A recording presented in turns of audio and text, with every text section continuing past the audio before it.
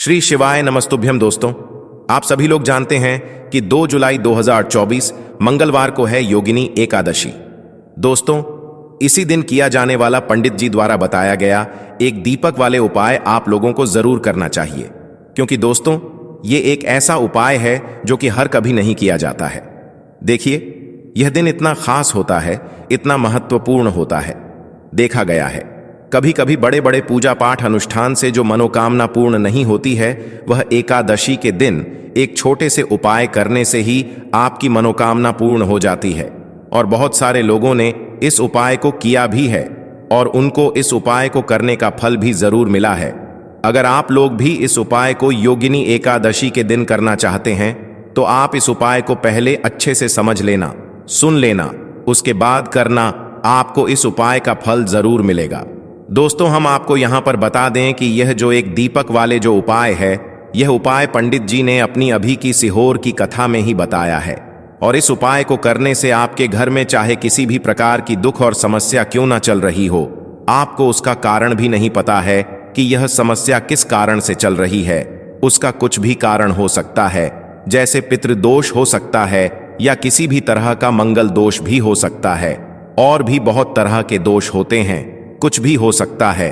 पर आपको इस उपाय को करने के लिए अपने दोष को पता लगाने की भी जरूरत नहीं है। आपके घर में किस कारण से इतनी दुख और परेशानी आ रही है, वह भी आपको पता लगाने की जरूरत नहीं है। इस एक दीपक वाले उपाय को आप लोगों को कर लेना है, क्योंकि इसी एकमात्र उपाय को करने से आपके पूरे घर परिवार में सुख और शांति हो जाएगी। आपके घर में अच्छे अच्छे काम होने लगेंगे। आपकी जो भी मनोकामना होगी वह भी धीरे धीरे करके पूर्ण होना शुरू हो जाएगी। दोस्तों, अब इस उपाय को करना किस समय है ये भी आप लोग जान लीजिए।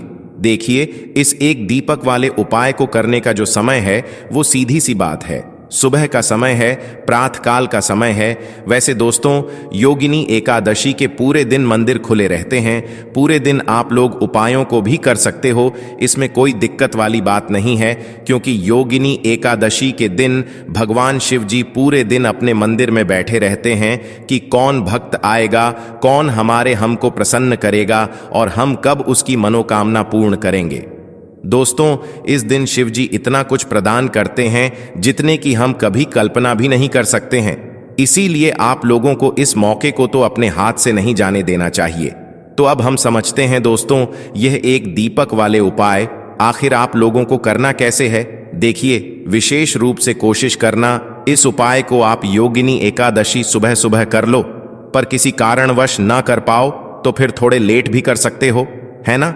और पहली मुख्य कोशिश आपकी यही होनी चाहिए कि घर की जो माता बहन होती हैं उनमें से कोई एक यह वाला उपाय करें।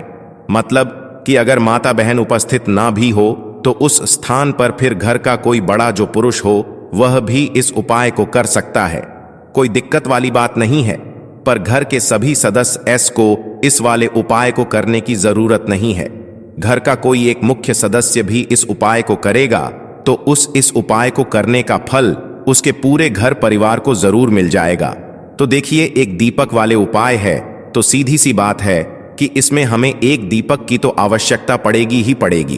तो देखिए, अगर आप यह एक हल्दी वाला दीपक एकादशी वाले दिन अपने घर में जला देते हैं तो देखिए, योगिनी एकादशी का जो दिन है इसकी महिमा कुछ ऐसी है कि जो व्यक्ति एकादशी के दिन में शिव जी को प्रसन्न करने के लिए पूजा करता है, उपाय करता है, शिव जी बहुत जल्दी अपने उस भक्त से प्रसन्न हो जाते हैं। और अगर आपने हल्दी वाले दीपक का उपाय कर लिया तो ऐसा आप मान के चलिए कि शिव जी इतने ज्यादा आपसे प्रसन्न हो जाएंगे कि आपके जीवन की जो निर्धनता और गरीबी है उसे वह जल्दी से जल्दी आपके जीवन से दूर कर देंगे, क्योंकि हल्दी जो है यह शिव जी से जुड़ी है।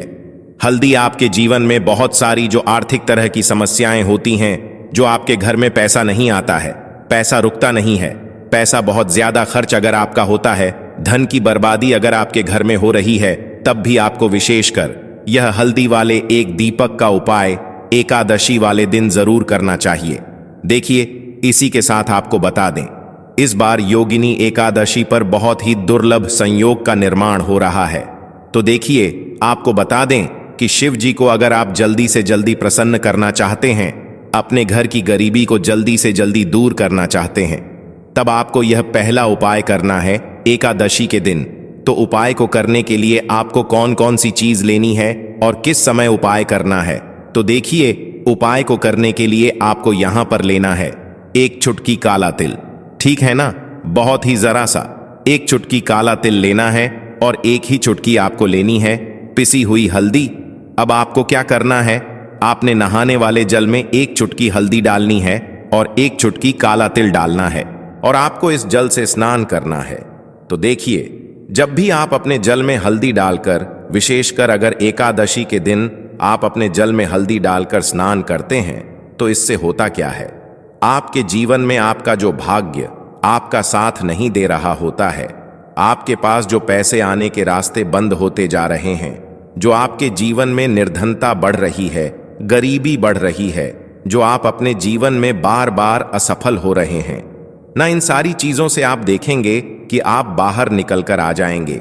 आपके घर में, आपके जीवन में पैसा आना शुरू हो जाता है, पैसा रुकना शुरू हो जाता है, क्योंकि यहां पर आपकी कुंडली में गुरु की स्थिति बहुत मजबूत हो जाती है, जिसके बाद आप जिस काम को करते हैं उसमें आपको लाभ ही लाभ मिलता है। तो यह पहला उपाय है एकादशी के दिन, इस उपाय को आप जरूर करें। अब बात करेंगे दूसरे उपाय की। देखिए, जो दूसरा उपाय आपको बताने जा रहे हैं, इस उपाय को अगर आप एकादशी के दिन करते हैं तो आपकी सारी अधूरी मनोकामना को शिव जी पूरा कर देते हैं। तो यह उपाय भी आप विशेष कर करें। अगर कोई भी ऐसी विश है, कोई भी ऐसी इच्छा है आपकी जो अभी तक अधूरी है, पूरी नहीं हो रही है, तो आपको शिव जी को प्रसन्न करना है यह दूसरा वाला उपाय एकादशी के दिन करके। तो देखिए, यहां पर उपाय को करने के लिए आपको लेना है तुलसी की लकड़ी। देखिए, बहुत सारे लोगों के घर में तुलसी का पौधा सूख जाता है और तुलसी की जो टहनियां होती हैं, है ना, तुलसी की ठनी को आपको छोटा छोटा कर लेना है। ठीक है ना, छोटे छोटे पार्ट में आप उसको तोड़ लें, डिवाइड कर लें और फिर आपको क्या करना है, एक लाल कपड़े के अंदर इन टहनियों को रखना है। कितनी लेनी है, आप 2 ले सकते हैं, 5 ले सकते हैं, 11 ले सकते हैं। अगर 11 की संख्या हो तो बहुत उत्तम है। अब आपको क्या करना है, लाल कपड़े के अंदर रखना है और इसकी छोटी सी पोटली आपको बना लेनी है। अब सबसे पहले आपको क्या करना है, इस पोटली को शिव जी के चरणों में स्पर्श करना है, उनके चरणों से स्पर्श करना है। इसके बाद आपको यह पोटली अपने घर में या तो अपने घर के मुख्य दरवाजे पर आपको इसको टांगना है। अंदर की तरफ टांगें, बाहर की तरफ नहीं, ठीक है ना, या फिर इसे आप अपने घर के मंदिर में एक तरफ रख देंगे। देखिए, जब भी आप तुलसी की टनी जो होती हैं उन्हें अपने घर में कहीं पर भी रखते हैं और शिव जी से प्रार्थना करते हैं कि मेरी यह विश है, मेरी ये मनोकामना है, बहुत लंबे समय से अधूरी है, मेरे जीवन में निर्धनता है, गरीबी है, मेरे घर में सुख समृद्धि नहीं है, मेरे घर में क्लेश है। तो जिस प्रकार की भी आपकी समस्या होती है, जो भी आपकी मनोकामना होती है, उसे शिव जी पूरा कर देते हैं और आपकी जीवन की निर्धनता और गरीबी तो कोसों आपके जीवन से दूर हो जाती है, जब भी आप तुलसी की लकड़ी का यह छोटा सा उपाय कर लेते हैं। एकादशी के दिन एक चीज आपको बिल्कुल ध्यान रखनी है कि तुलसी का पौधा अगर आपके घर में सूख गया है, तब आपको एकादशी के दिन उसकी लकड़ियों को नहीं निकालना है, क्योंकि एकादशी के दिन तो तुलसी की पत्तियों को भी नहीं तोड़ा जाता है। यह चीज विशेषकर आपको ध्यान रखनी है, ठीक है ना। तो पहले से ही आप तुलसी के पौधे की अगर आपके पास टहनियां हैं, तभी ये उपाय आप करें। दूसरी चीज कि जिनके घर में तुलसी का पौधा हरा भरा है ना, बहुत सारे लोगों के पौधे सूख गए झाड़ों में, लेकिन बहुत सारे लोग बहुत अच्छे से रखते हैं और किसी किसी के घर में तुलसी का पौधा सूखता नहीं है।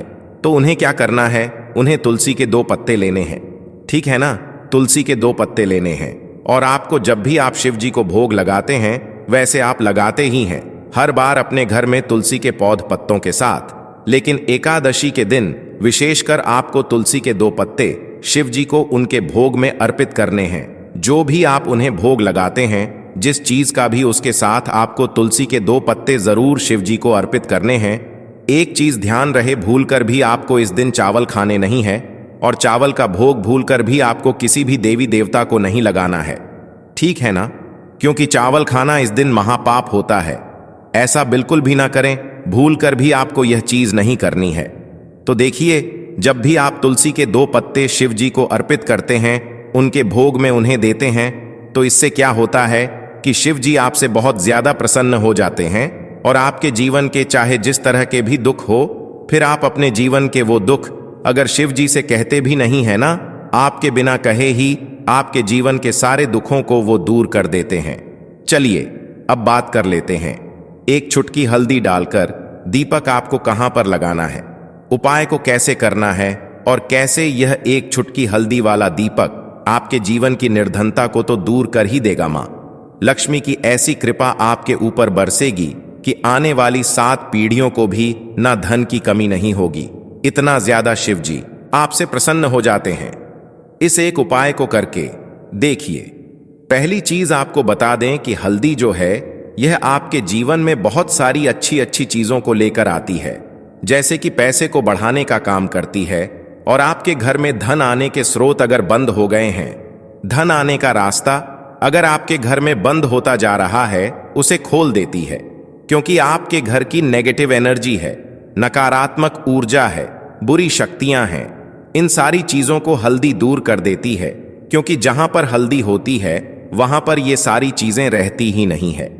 तीसरी चीज, हल्दी शिव जी से जुड़ी है तो शिव जी आपसे तुरंत प्रसन्न हो जाते। पूर्णिमा के दिन भी आपको कभी किसी व्यक्ति के ऊपर चिल्लाना नहीं चाहिए, गुस्सा नहीं करना चाहिए और इस दिन आपको बिल्कुल शांत रहना चाहिए। जितना हो सके महादेव का नाम स्मरण करें, हर हर महादेव बोलते रहा। आपके जीवन में कभी संकट और कष्ट महादेव आने ही नहीं देंगे। तो हमेशा की तरह आपको हमारी वीडियो को लाइक करना है, चैनल को सब्सक्राइब करना है। जो लोग चैनल पर पहली बार आए हैं, साथ ही साथ कमेंट सेक्शन में श्री शिवाय नमस्तुभ्यम